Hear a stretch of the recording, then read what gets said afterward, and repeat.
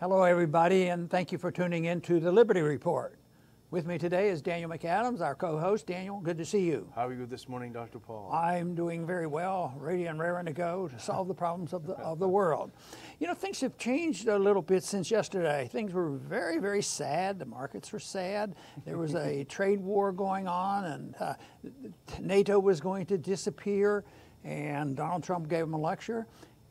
And the world's changed. It's turned around. They're happy. They're going to do exactly what he said. They're going to spend more money, and the military-industrial complexes of the world will get to build a lot more weapons. So it looks like his policies are working. I wonder if the Democrats are going to give him a lot of credit today. But the point I'm making is things are different today than they were yesterday. But sometimes the president can turn on a dime. You know, and I think some of that happened over this weekend. You know, he was really, really blasting Merkel. Then I think when he saw her, he said, "Oh, no," you know, said something very complimentary. So it's keeps people off guard. That's for sure. It's true, and then he sort of threatened to leave NATO in a strange way. But then he said, "You had better up that spending to 2%. No, actually make that 4% and do it right now." And then he went out and said, "They all agreed, no problem." And then when he left, Merkel and Macron said, "What? We didn't agree to that. What's he talking about?" Unfortunately, right now, a lot of people are getting to look at the entertainment value, and policies are sort of lost in the mess. But you know, Trump is feeding his base, and they seem to be enjoying it a whole lot. But something else happened since yesterday to try to sort all this out on maybe why Germany and these other countries aren't spending. And you made the point yesterday, if things are so bad and so dangerous, why aren't they really doing it? Why would we have to tell them and threaten them? You either do this or else, or we're going to sanction you if you don't spend more money buying our weapons. But they did a little poll in Germany, and guess what? The people say, you know, we don't even want you here. We want you to spend less. I don't know what the percentage is. I'm sure there are factions there. But at least that poll revealed that there's a lot of Germans that would like to send us home, which would be very good for them and very good for us and very good for peace. Yeah, the poll was asking, about, this promise to spend a lot more on spending and how the Germans feel about 35,000 U.S. troops in Germany. More Germans said they should leave in that case than think they should stay. Interesting about the poll is that the Alliance for Germany, the AfD, they were the highest, their supporters were the highest who wanted Americans to go, and the far left. But this is another thing where Trump said, "Hey Germans, if you don't pay up for NATO, we're going to pull our troops out." And Germany said, "Okay, that sounds fine." So how threatened do they feel? Well, that's a good sign for us, too, that maybe more Americans will join in. But, when in Congress, I had a bill that I introduced with Barney Frank, and it was mainly dealing with this issue. There was a lot we didn't agree on, but on this issue, we were trying to target in on this whole thing. Why are we spending so much money in Europe? There are wealthy countries, and so we agreed on that. But we really didn't get much support. We never got it to a vote or anything, but we tried to make this point. But it seems like the Congress, certainly, they're not going to come around. But the American people don't just seem to be too concerned either. It's not even on their radar. They're saying, well, we have to cut some spending somewhere because deficits don't matter. Unfortunately, the prevailing attitude in economics is Keynesianism. Deficits are no problem, and if you run up deficit, you print the money at the Federal Reserve. Yeah. But I did want to go over another issue today. Our main topic, which is a painful topic. has to do with, we're planning a trip. Don't tell them. We're planning a trip. It's a secret. No. We have to get to Washington to our conference, 18th of August. August 18th. And I don't like the TSA. No. I struggle with them. And sometimes I get close to getting into trouble with them. Yeah. But right now, we know if you say boo, your name gets put on a list. Yeah. So you're a threat to the state. So once reviewing this subject, because there was a court case that said that you can't sue the government. Oh, who is shocked over that? Why would they let us do that? Because of these assaults at the airport. Yeah. But it's making me think, even though I've thought about it before, it's maybe I should just drive to our destinations. And right now, the shorter distances, we should drive. But we have a whole generation that weren't even, just coming of age, weren't even born on 9/11. They don't remember when there was more freedom and you went to airports and you casually, you walked in and walked down the corridor and waited at the gate for your party to come in. Exactly. But that doesn't happen. But today, we wanted to visit about this court ruling. I said, you don't have a right to sue.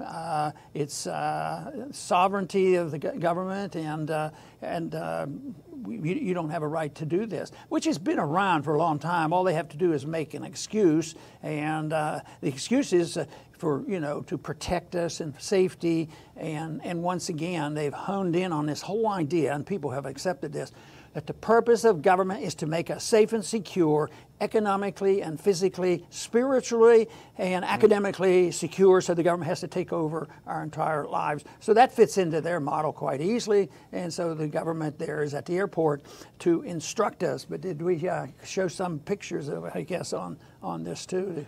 Yeah, of the abuses. The abuse. And the whole case was around an event that happened in 2006. A business consultant named Nadine Pellegrino, she was pulled aside for special screening, and she objected to it. She went to a private screening.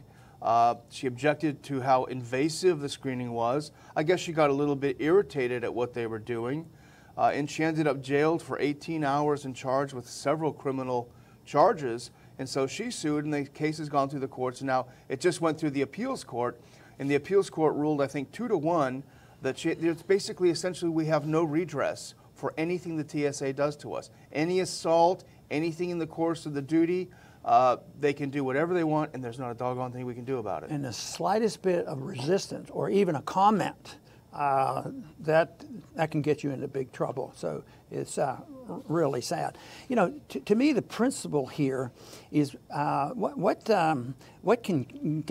can governments do without getting penalized? And the theory, of course, in a free society is government agents aren't allowed to do anything you and I aren't permitted to do. Yeah. So if we can't do it at our store or on our airplanes and do this and violate people's rights, why are government agents allowed to do this? And they set up all kinds of things to break the law. And this is, to me, breaking the law or their interpretation of law. But governments now are permitted to break the law for these sting operations, the entrapment, and I believe it should be absolutely illegal for the government to go in and participate in law breaking and drag some innocent jerk along with them. We got him. Yeah. And they do that on these drug raids and things like that because they have to build up their prosecution rates. Yeah, and I always opt out of the machine, and people say, that's stupid, why would you do that? I do it because it's kind of the only form of protest I have. It forces them to do a little something extra. And of course, they resent it when you opt out, they wait, they take their sweet time, and meanwhile, my computer and everything that I possess is sitting out there for anyone to pick up and do what they wish with. They don't care about that. They take their sweet time. But now, if there's no redress with this court ruling, what is going to be the result? What's the message to the TSA screeners, who I can tell you from personal experience, their pat-downs or whatever they want to call them have become so aggressive that it's unbelievable, extremely painful and uncomfortable. What's going to be the result? They're going to be encouraged to get even more aggressive. Why not? Right, and I think purposely they make the rules confusing. They'll change them at one airport, but not the other one. I have pre-screening, pre-check. And that's supposed to help us a little bit, but it doesn't help me at all. I still have to go through this whole ritual. The rules, though, if you're pre-screened, you don't take off your shoes and you don't take off your belt and you don't do this, and you have a little bit of an effort. But if you happen to have some metal in your elbow or in your knee, you're out. It's over and done with. You can't do anything, and therefore then they'll come up with new rules. Airports are different than in different places. So I think they do this on purpose to get people upset, and they're able to do that. Our good friend Jim Bovard, who we've had on the show and we've known for decades, one of the great libertarian writers, pro-freedom writers. He had a great piece out in USA Today in the spring, and he had discovered that the TSA has created a secret watch list for what it terms troublesome passengers. And this is something that was supposed to be secret. It's not people who punch the TSA agent or who step on their feet or, poke their eyes out. No, it's just for people who they don't like. And here's a couple of the quotes. Any behavior that is offensive and without legal justification, they'll write it down. Any challenges to the safe and effective completion of screening. Then you go on their bad list. What do they do with the bad list? They don't know. As Jim wrote, any woman who pushes a screener's hands away from her breast, which normal people, that's just a reaction that you can't, you're on the list. Next time they'll probably do it twice as bad. Where I get into trouble with the screeners is I go through the screener. You handle it differently. I go through, because in theory, I'm supposed to sail through there because I'm pre-checked and I look safe. Besides, I've had top secret clearance on a couple of occasions, over the years. But every time I go through, you come through and the authoritarian there stands there. He says, "Oh, take a look at that." And I won't look. I don't want to look at it. I said, "It doesn't mean anything." And that gets annoyed. Yeah. And no, take a look at this. I want to show you what's going on. I says, it doesn't mean anything. And one time when I explained it to them, that is when they said they call the police. Because I said, look, let me walk through this once before. You can't duplicate that because I had to do it twice once. Yeah. And the picture is absolutely different. It has no value. Who gets the best deal? The guys that make those machines. Oh, yeah. Can you imagine the expense of those machines? And they're totally unreliable. And I think Jim Bovard has pointed out the success of catching bad guys. They catch a lot of us, a lot of us who are resentful of the loss of our liberties, but they don't catch anybody who's threatening our liberties. I don't think they've ever found a terrorist.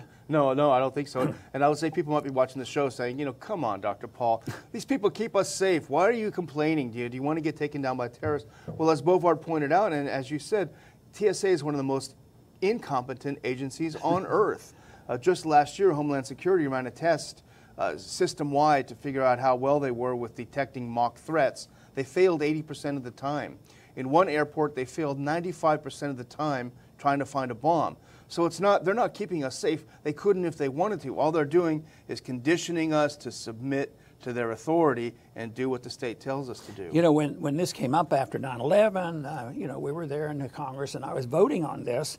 And of course, it annoyed me to no end what was happening because it's under those kind of conditions when people act very emotionally and they don't reason and they don't care about the Constitution because it was said to me too often during that period of time, Ron, you don't understand you have to sacrifice liberty to be safe, which was very annoying.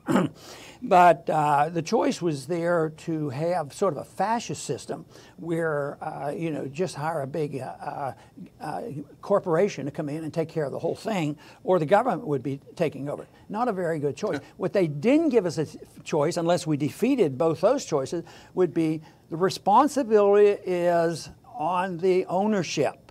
The airlines are responsible to make you safe and keep you secure. And they say, well, and the airlines weren't very anxious to assume that responsibility. They sort of like the taxpayers paying for this, and then all these problems come up. Then they blame. Then they can blame the government. And the TSA, what is its incentive? Its incentive is any government bureaucracy is to grow its bureaucracy. So it has to justify its existence and to justify a certain level of growth for the future. So they actually benefit from their failures. Hey, 80% failure rate, it's not our fault. If you guys would just give us some more resources, we would have that number down to zero.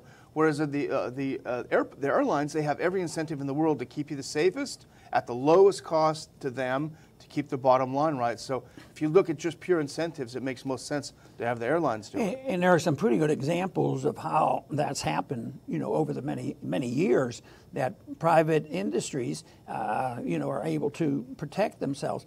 I use this analogy in the debate on this. I said, it looks like we are more capable of protecting our money and solving the problems of keeping our money safe than the people, because of the armored vehicles hauling money all around. Yeah. Basically, they never get robbed.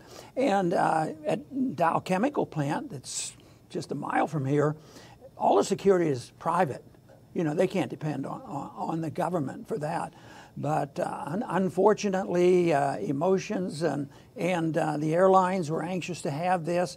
And to me, the biggest disappointment is there's no outrage. People just say, well, that's the way it is. And we have, about 5 people in the Congress that would really say, Ron and Daniel, you really got it going there. We need to do something about this. There's not even a movement in Congress to wake people up and look at this. And I guess this will last for a long, long time. It's easy to make this analogy, but you can see how authoritarian and totalitarian regimes come to power because people, they just don't want to. They just accept a little bit more. The screw turns tighter, accept a little bit more without saying anything. But going back to Bovard again, because there's another great point, and it just sort of segues into the conclusion, I guess, is he writes about this. He's an airline captain, James Lindlord, 2016 at Dulles Airport. The TSA karate chopped his testicles so violently that he had to have surgery. So he filed a complaint, and here's what the Department of Justice, our favorite department, argued, quote, there is no law establishing a specific degree of permissible intrusiveness of a security screening pat-down. Essentially, they're saying Congress has not told us how far we can go, so we can go as far as karate chopping the heck out of you. There's nothing you can do about it.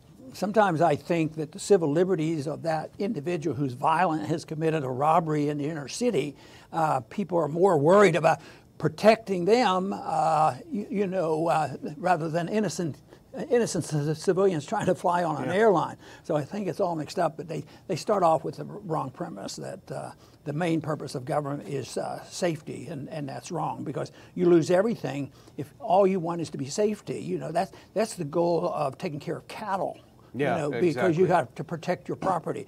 And the way it is now, this is what they think about. It's just the safety. It means they have economic control, personal control, and we have to be safe because we don't want to have people reading the wrong kind of books or being exposed to the wrong time of internet programming. And we got to protect the people against all these bad things. Exactly.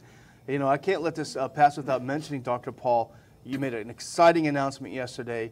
Nassim Nicholas Taleb is going to join us on October 18th at our conference in Washington, D.C., Washington Dulles Airport Marriott, ronpaulinstitute.org/conference. If you've not heard of Taleb, he's one of the most important intellectuals of our time.